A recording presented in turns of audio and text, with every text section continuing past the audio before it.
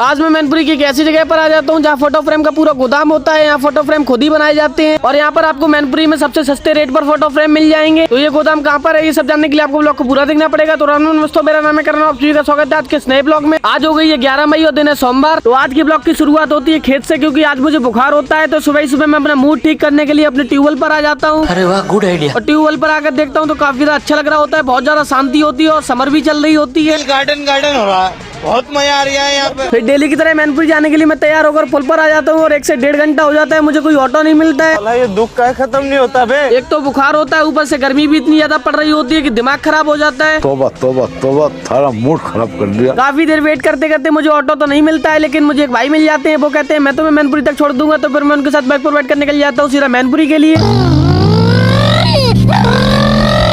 फिर मैं ऑफिस में आकर अपना पीसी ऑन कर लेता हूँ। बुखार होता है, काम करने का मन तो नहीं होता है, लेकिन काम तो करना ही पड़ेगा। तो फिर मैं अपना काम करना शुरू कर देता हूँ।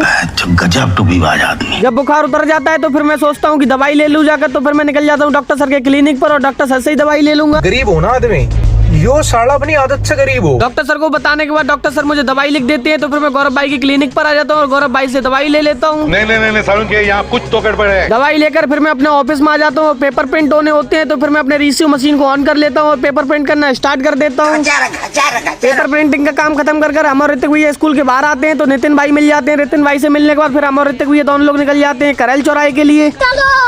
करेल चौराहे पर पहुंचकर हमारे ऋतिक भैया फोटो फ्रेम के गोदाम पर आ जाते हैं और यहाँ से स्कूल के लिए फ्रेम जाते हैं। तो फिर हमारे ऋतिक भैया फ्रेम पैक करा लेते हैं। ये बातें बताई नहीं जाती। फिर मैं अपने ऑफिस में आ जाता हूँ। लगातार 1 से 1.5 घंटे की मेहनत के बाद आखिरकार मेरी वीडियो एडिट हो ही जाती है और सारा काम भी खत्म हो जाता है। तो फिर मैं अपने पीसी को जल्दी से शट डाउन कर देता हूँ और निकल जाता हूँ सीधा तिराहे के लिए।